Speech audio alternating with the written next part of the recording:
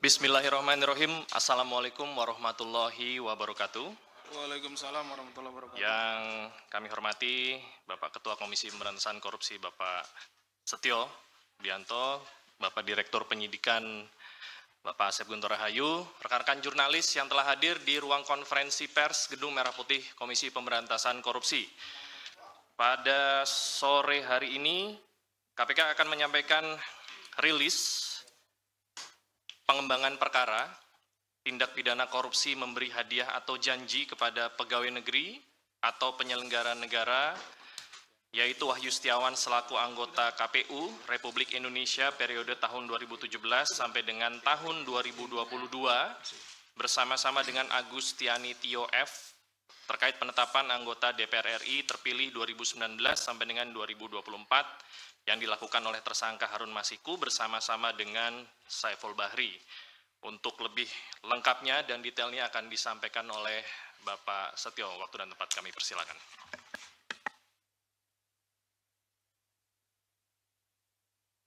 Sudah dengar ya? Ya baik, terima kasih untuk Mas Desa, rekan-rekan wartawan, jurnalis, koresponden semua dari beberapa media yang hari ini hadir. Assalamualaikum warahmatullahi wabarakatuh. Waalaikumsalam warahmatullahi wabarakatuh. Salam, Om Swastiastu, salam sejahtera untuk semuanya, salam sehat.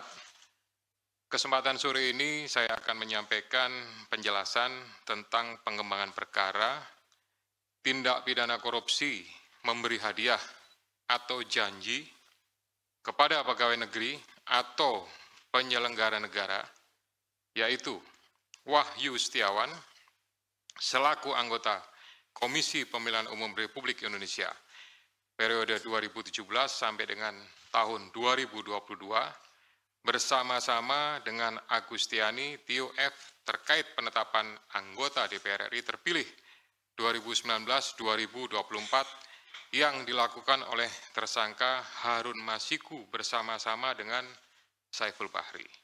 Saya yakin semua rekan-rekan sudah tahu karena lama.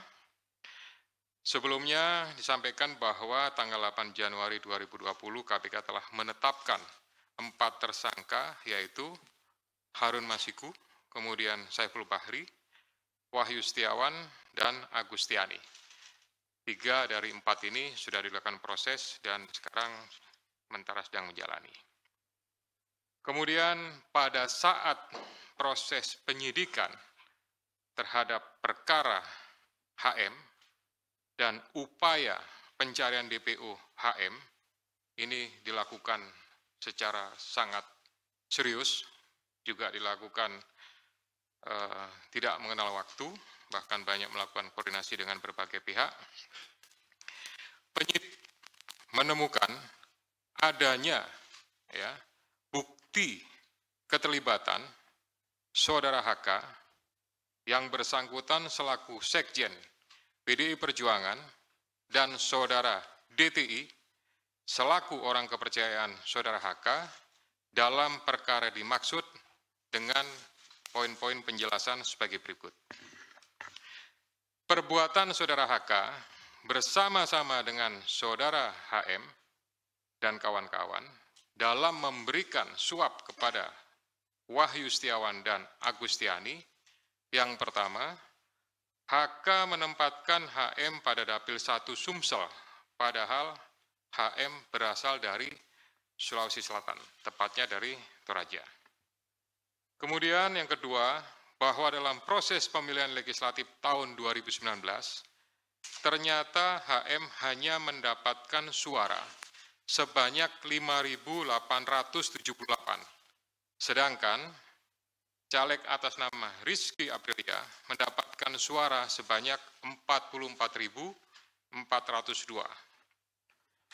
Kemudian seharusnya memperoleh suara dari saudara Nasarudin Kemas, ini almarhum pada saat itu meninggal. Ini adalah saudari Rizky Aprilia, ya. Karena aturan seperti itu saat itu. Namun ada upaya-upaya dari saudara HK untuk berusaha memenangkan HM melalui beberapa upaya-upaya. Antara lain, saudara HK mengajukan judicial review kepada Mahkamah Agung.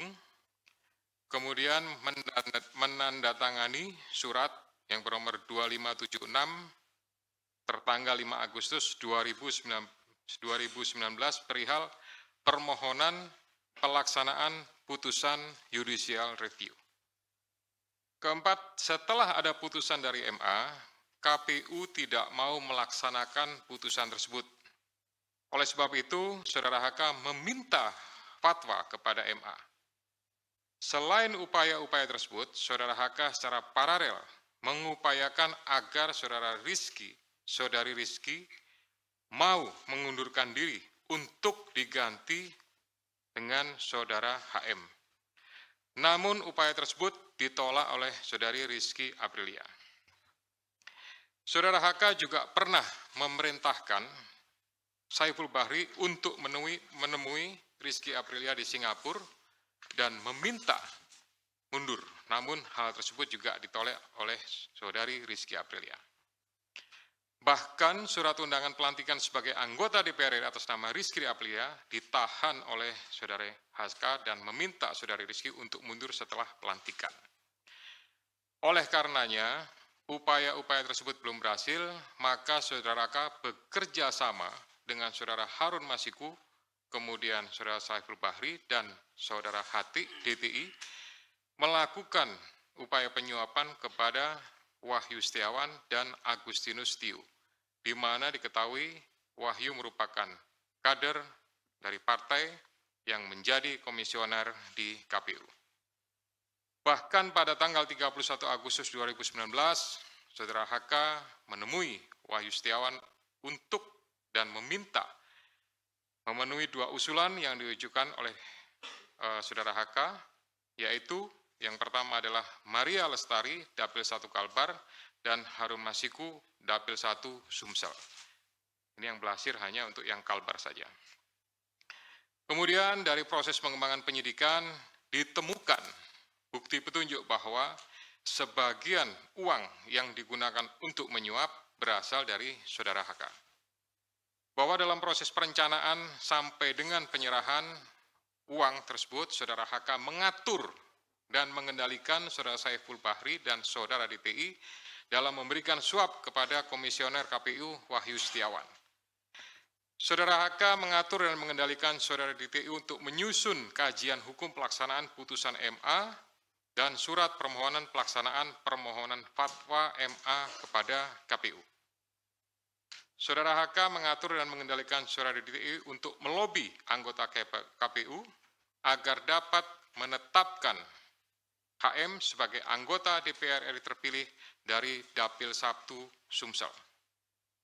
Saudara HK mengatur dan mengendalikan Saudara DTI untuk aktif mengambil dan mengantarkan uang suap untuk diserahkan kepada Komisioner KPU melalui Tio. Kemudian Saudara HK bersama-sama dengan HM, kemudian Saiful Bahri dan DTI melakukan penyuapan terhadap Wahyu Setiawan. Jumlahnya sama dengan penjelasan pada penanganan kasus sebelumnya. Atas perbuatan Saudara HK tersebut, KPK selanjutnya melakukan proses ekspos dan lain-lain, dan akhirnya menerbitkan surat perintah penyidikan bernomor Sprindik /153/Dik 0.01/12/2024 tanggal 23 Desember 2024 dengan uraian penyidikan perkara dugaan tindak pidana korupsi yang dilakukan oleh tersangka HK bersama-sama dengan Harun Masiku dan kawan-kawan berupa pemberian sesuatu hadiah atau janji kepada Wahyu Setiawan selaku anggota Komisi Pemilihan Umum Republik Indonesia periode 2017 sampai dengan 2022 bersama-sama dengan Agustiani Tio F terkait penetapan anggota DPR RI terpilih 2019-2024.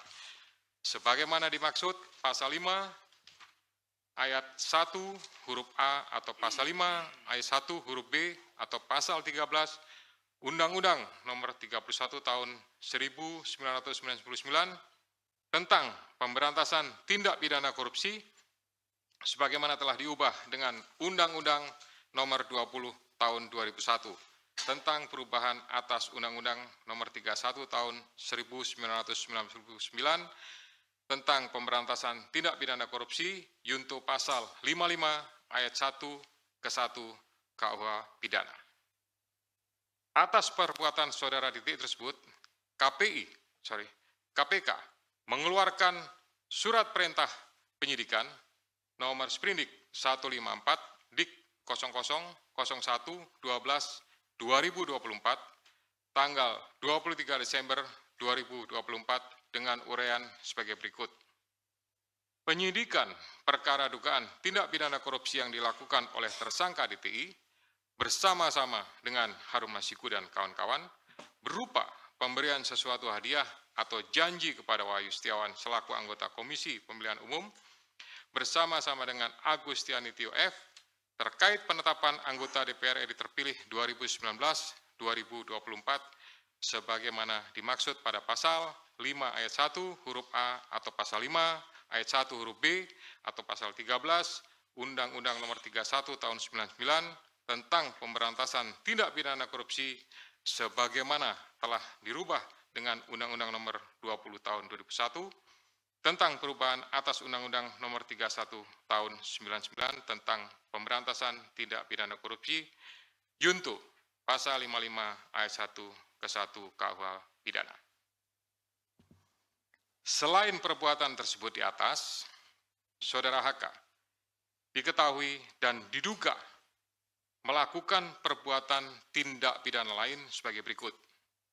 Bahwa pada tanggal 8 Januari 2020 pada saat proses tangkap tangan oleh KPK, saudara HK memerintahkan salah satu pegawainya di Jalan Sultan Syahrir yang biasa digunakan sebagai kantor untuk menelpon kepada HM dan memerintahkan supaya merendam HP dalam air dan segera melarikan diri.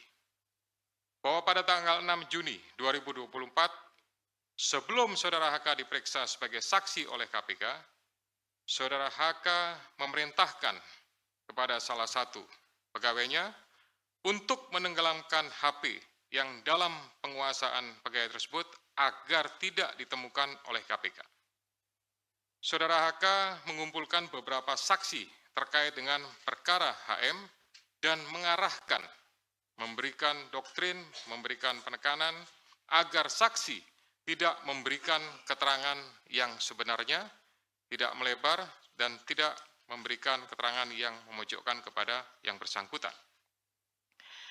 Atas perbuatan saudara HK tersebut, KPK mengeluarkan surat perintah penyidikan nomor sprindik 152 dik 0001/12/2024 tanggal 23 Desember 2024 dengan uraian penyidikan perkara dugaan tindak pidana korupsi yang dilakukan oleh tersangka HK dan kawan-kawan, yaitu dengan sengaja mencegah, merintangi, atau menggagalkan secara langsung atau tidak langsung penyidikan perkara dugaan tindak pidana korupsi terkait penetapan anggota DPR RI terpilih 2019-2024 yang dilakukan oleh tersangka HM bersama-sama dengan Saiful Bahri berupa pemberian sesuatu hadiah atau janji kepada pegawai negeri atau penyelenggara negara, yaitu Wahyu Setiawan selaku anggota Komisi Pemilihan Umum Republik Indonesia periode 2017-2022. Bersama-sama dengan Agustiani Tio F sebagaimana dimaksud dalam pasal 21 Undang-Undang Nomor 31 Tahun 99 tentang pemberantasan tindak pidana korupsi sebagaimana telah diubah dengan Undang-Undang Nomor 20 Tahun 2001 tentang perubahan atas Undang-Undang Nomor 31 Tahun 1999 tentang pemberantasan tindak pidana korupsi junto pasal 55 ayat 1 ke 1 KUH pidana. Demikian rekan-rekan media semua yang dapat kami jelaskan pada sore hari ini. Saya didampingi dengan Direktur Penyidikan, Pak Asep. Ya, selanjutnya saya kembalikan kepada Pak Jubir, Pak Tesa untuk pengaturan diskusi pada pelaksanaan konferensi pers sore ini. Terima kasih. Assalamualaikum warahmatullahi wabarakatuh. Waalaikumsalam warahmatullahi wabarakatuh. Baik, terima kasih banyak untuk Pak Ketua. Selanjutnya kita persilahkan sesi pertama terlebih dahulu 3 penanya untuk perkara yang baru saja dipaparkan. Ya, nggak keluar dari perkara yang baru saja dipaparkan. Silakan, Mas Chandra dulu. Ya, saya Chandra dari medcom.id, Media Indonesia dan metrotvnews.com. Mau nanya, kenapa baru sekarang Hasto ditetapkan sebagai tersangka? Padahal kalau dari penjelasan Pak Setio tadi jelas banget keterlibatan dia sudah diketahui dari pas OTT. Kenapa baru setelah 5 tahun dia ditetapkan sebagai tersangka? Terus sebelumnya Pak, kalau menurut kami ini adalah intimidasi dari Ketua Umum PDIP Megawati Soekarno Putri yang bilang kalau Hasto ditahan atau ditangkap oleh KPK dia akan datang ke sini. Bagaimana KPK menanggapi itu dan apakah KPK melihat itu bagian dari intimidasi dari Ketua Umum PDIP tersebut? Terus yang ketiga, kalau dari penjelasan Pak Setio tadi berarti udah sangat rinci keterlibatan Hasto. Nah, seharusnya kasus ini udah lama, kapan Hasto bakal ditahan? Karena terlihat sangat rinci gitu perkaranya. Oke, belakangnya. Terima kasih, selamat sore Pak. Saya Yeyen dari forumkeadilan.com. Paling menambahkan pertanyaan dari Bang Chandra tadi, soal penetapan Hasto sebagai tersangka ini apa ada kaitannya dengan politisasi gitu Pak? Karena jubir PDIP itu pernah mengeluarkan statement yang katanya berkaitan dengan Kongres PDIP tahun 2025. Ada pihak-pihak yang berusaha mengganggu jalannya Kongres tersebut. Apakah ada sangkutan politisasinya Pak? Terima kasih. Satu lagi. Siapa? Hah? Tadi Mbak siapa? Mohon maaf. Yeye. Yan apa Yuyun? Yeyen dari Forum Keadilan.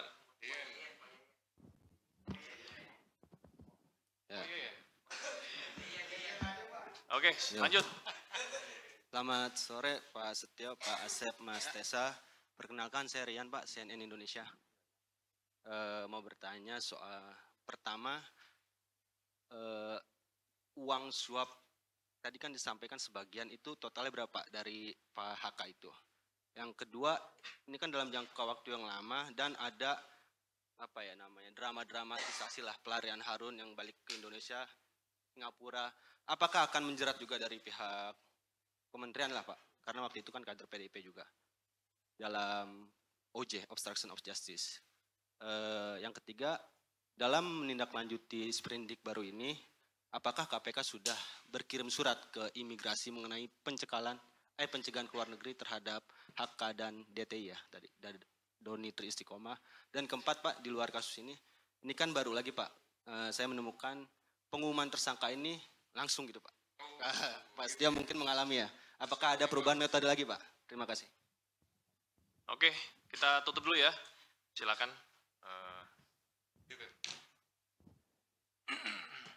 Ya, baik. Pertama, kenapa baru sekarang? Ya. Jadi kalau rekan-rekan melihat gitu, kasus ini kan sejak 2019 sudah ditangani. Gitu. Tapi kemudian baru sekarang. Ini karena kecukupan alat buktinya gitu. Tadi sebagaimana sudah saya jelaskan di awal, penyidik lebih yakin gitu. Kemudian setelah pada tahap proses pencarian BPO Harun Masiku gitu, ada kegiatan pemanggilan, kemudian ada kegiatan pemeriksaan, ada kegiatan penyitaan terhadap barang bukti elektronik. Nah, disitulah kemudian kita mendapatkan banyak bukti dan petunjuk yang kemudian menguatkan keyakinan penyidik untuk melakukan tindakan, untuk mengambil keputusan, ya tentu melalui proses tahapan-tahapan sebagaimana yang sudah diatur di Kedeputian Penindakan, baru kemudian diputuskanlah ya terbit surat perintah penyidikan, gitu. Jadi sebetulnya alasan pertimbangan itu. Kemudian sampaikan masalah intimidasi, ya kami murni melakukan proses penegakan hukum saja, gitu ya. Saya yakin Kedeputian Penindakan sudah melakukan ini dan ini juga menurut saya bagian daripada isi dari memori serah terima yang kami terima dari pejabat lama. Jadi sebenarnya kami juga tinggal melanjutkan saja lah, kira-kira seperti itu. Terakhir tadi Mas Jalan sampaikan, penjelasan sudah sangat rinci, kemudian kapan ditahan, tentu itu nanti Pak Asep yang akan menentukan. Pimpinan juga tidak punya kewenangan untuk melakukan intervensi kepada penyidik, karena penyidik adalah independen, gitu.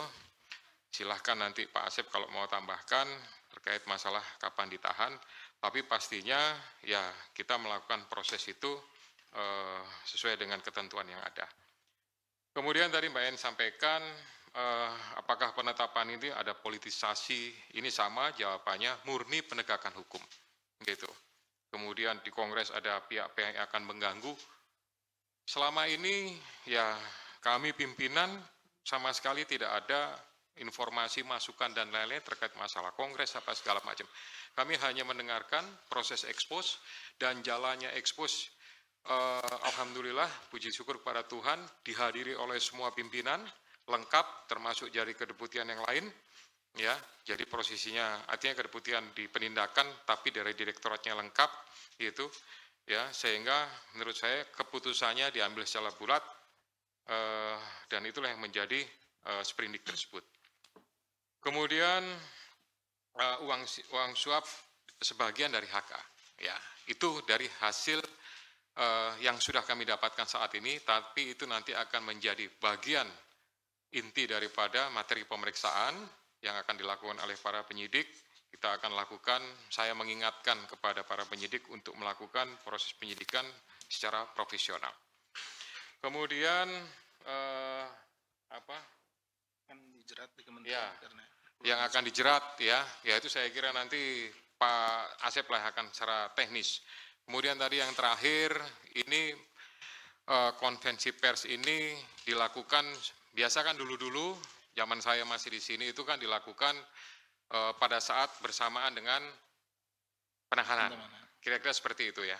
Nah, berdasarkan kebijakan pimpinan sekarang, dalam rangka akuntabilitas dan mempertanggungjawabkan kepada seluruh masyarakat, gitu, ya segera sesaat setelah sprindik itu dibuat, gitu, kita tidak akan menunggu sampai dengan masa diumumkannya penahanan, itu nanti akan diumumkan, disampaikan, supaya juga para pihak yang terlibat sudah tahu statusnya seperti apa, karena ini sebagai bagian daripada pertanggungjawaban penyidik, pertanggungjawaban secara institusi kelembagaan KPK untuk bisa menyampaikan kepada masyarakat tentang kegiatan yang sudah dilakukan. Kami tidak ingin ini menjadi sesuatu yang ya istilahnya ada informasi yang, mohon maaf kalau saya menyampaikan istilahnya agak liar gitu ya, ini bertanya apa segala macam, lebih baik nanti sesaat setelah, nah sesaat setelah itu kan bisa 1 hari, 2 hari atau mungkin 1 minggu,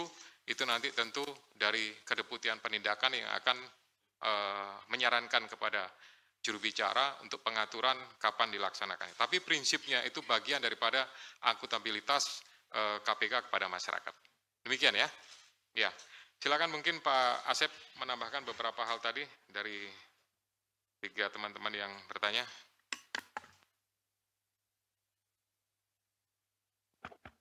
Terima kasih Bapak Ketua.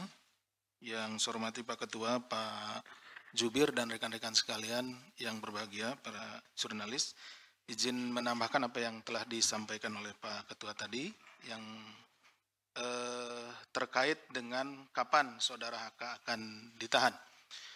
Jadi rekan-rekan sekalian, bahwa sprindik yang kami terbitkan pada tanggal 23 kemarin itu merupakan pengembangan penyidikan dari perkaranya Harun Masiku. Jadi saksi-saksi yang saat ini atau keterangan-keterangan yang ada, yang kami himpun, yang tadi Mas Chandra bilang ini sudah lengkap dan lain-lain, itu keterangan-keterangan di mana para saksi itu dipanggil di sprindiknya Harun Masiku. Ya, sehingga nanti untuk sprindik yang baru ini kita tentunya akan memanggil kembali mereka dengan dasar sprindik yang baru ini, sehingga diperlukan waktu untuk melakukan pemanggilan dan meminta keterangan kepada para saksi, dan juga kami akan melakukan penyitaan di mana juga itu yang barang bukti itu juga terkait di perkaranya HM, sehingga diperlukan waktu. Ditunggu saja nanti ya Mas Chandra untuk penahanannya. Pasti kita akan kabari seperti itu. Kemudian terkait juga dengan masalah tadi apakah dari kementerian dan lain-lain akan dilakukan. Pokoknya seperti yang biasa kita lakukan di dalam penyidikan, kalau ditemukan tindak pidana baru yang dilakukan oleh siapapun itu, ya, maka orang itu harus mempertanggungjawabkannya. Tentunya kita akan melalui proses yang ada di sini, mulai dari jenjang direktorat, dilakukan ekspos, kemudian ke kedeputian dan juga ke pimpinan, seperti halnya untuk penetapan tersangka saudara HK pada hari ini. Jadi melalui jenjang yang ada. Artinya ketika ditemukan, jadi tidak hanya di kementerian, dimanapun jika diketemukan tindak pidana korupsi atau yang berkaitan dengan tindak pidana ini akan kita proses. Kemudian terkait dengan cekal tadi mungkin yang ini Mas Chandra, jadi seperti yang diketahui pada SOP yang kita miliki atau POB yang kita miliki, ketika ini naik juga diikuti dengan pencekalan, ya, pencekalan terhadap yang bersangkutan, kemudian juga terhadap orang-orang yang memang berkaitan dan kita duga bahwa dia memiliki informasi dan akan menyulitkan apabila dia berada atau keluar negeri, seperti itu. Jadi pencekalan serta-merta kita lakukan. Pencekalan itu seperti biasanya 6 bulan, ya, nanti kan bisa diperpanjang seperti itu. Tidak hanya orang tertentu ya, memang itu semuanya seperti itu gitu, Mas Chandra. Mungkin itu yang bisa kami sampaikan, menambahkan dari Pak Ketua. Terima kasih. Assalamualaikum warahmatullahi wabarakatuh. Baik, stop. Ada aturan mainnya. Sesi kedua. Oke, tadi dinunjukin atas Mas siapa? Bayu ya? Bayu. Ya. Ya. Selamat sore Pak Setio, Pak Asep, dan Mas. Mohon izin, saya Bayu ingin menanyakan ini terkait dengan kasus yang sekarang. Ini kan Hasto Kristianto ini dia juga berkontribusi dalam proses penyuapan tersebut. Pertanyaannya adalah kenapa Hasto ngotot mengajukan Harun Masiku menjadi anggota DPR? Apakah sejauh ini KPK sudah menemukan motif di balik kenapa PDIP sengaja ngotot untuk mengajukan Harun Masiku menjadi anggota DPR? Mengingat background Harun Masiku ini adalah seorang advokat, apakah jangan-jangan Harun Masiku memegang sejumlah kunci kasus-kasus lain yang juga melibatkan elit PDIP? Terus untungnya apa buat PDIP ketika Harun Masiku menjadi anggota DPR?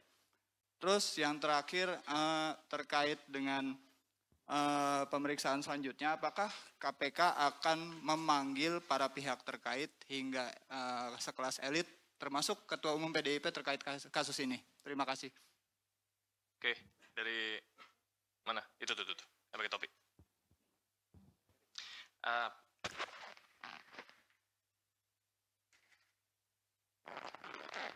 Izin Pak Ketua, Mas Tesa. Tadi kan kalau nggak salah sempat disebutkan. Siapa dari mana? Oh iya, Fadil dari Detikom. Tadi kalau nggak salah sempat disebutkan bahwa HK ini sempat mengetahui soal OTT. Apakah si HK ini, apakah OTT ini sempat bocor sampai kemudian si HK ini mengetahui adanya OTT tersebut. Kemudian yang kedua, ini kan Harun udah lama banget ya Mas kabur gitu. Nah ini ada peran dari HK juga nggak sih untuk mengatur kepergian Harun ini? Itu aja sih Mas, makasih. Peran Harun. Satu lagi. Ya, selamat sore Pak Ketua, Mas Tesa, Pak Asep. Saya Fana dari Investor Trust. Satu pertanyaan aja, ini kan tadi perintahan penyidikannya OOJ-nya disebutkan ketika OTT terjadi. Setelah OTT terjadi. Nah, sementara Harun Masiku diketahui kan sudah buron selama 5 tahun. Apakah juga Hasto ikut terlibat dalam menghilangnya Harun Masiku selama ini? Gitu. Terima kasih. Sama ya sama yang ini ya. Bersama. Oke, 3 dulu ya. Silakan. Ya baik, Mas Bayu terima kasih pertanyaannya luar biasa. Tapi mohon maaf nih, itu sudah masuk materi pemeriksaan gitu ya. Jadi ya nanti akan didalami meskipun penyidik sudah memiliki informasi tentang itu, tapi karena sekali lagi itu sudah materi dalam penyidikan, mungkin ya kami mohon maaf tidak menyampaikan tentang hal-hal tersebut ya. Kemudian untuk panggilan-panggilan yang lain, ya tentunya nanti penyidik sesuai dengan kebutuhan gitu ya. Tidak memaksakan, tapi juga tidak menghantarkan, pastinya mana yang dibutuhkan, itulah yang akan dilakukan pemeriksaan-pemeriksaan. Kemudian tadi masalah UTT apa segala macam, karena prosesnya harus flashback lagi kepada kegiatan di 2019 ya. Nanti semuanya akan kita coba telusuri kembali, gitu, hal-hal apa yang berkaitan, apakah ada informasi, ataukah itu mungkin dugaan-dugaan, atau mungkin mereka hanya dapat selentingan saja. Nah, ini kan mungkin dari pihak sana menyampaikan seperti itu, tapi ya nanti mungkin yang bersangkutan sendiri seperti apa. Kira-kira begitu ya. Kemudian sama tadi pertanyaannya, gitu nanti mungkin Pak Dir lah, silakan untuk memberikan secara teknis jawabannya.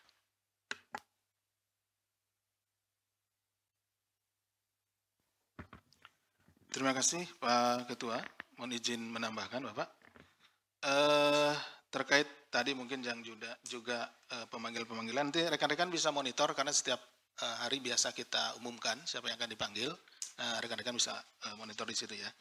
Kemudian juga terkait dengan masalah kebocoran OTT dan juga keterlibatan saudara HK dengan kaburnya saudara HM dan lain-lain, itu sedang kita dalami tentunya ya, rekan-rekan. Jadi nanti tadi makanya ada pasal kan ada dua, kalau rekan-rekan menyimak itu ada dua sprindik ya untuk saudara HK. Salah satunya adalah pasal 21-nya, nanti bisa dilihat karena ini kan juga rekan-rekan dapat nanti. Nah di situ ada pasal 21-nya. Nah tentunya di sini yang akan menjadi materi di situ ya. Tadi terkait dengan yang rekan-rekan apakah ini udah lama, apakah ada keterlibatan dan lain-lainnya, kita akan mendalami di situ. Ya, itu mungkin yang bisa kami tambahkan. Terima kasih. Baik, ada lagi? Belakang.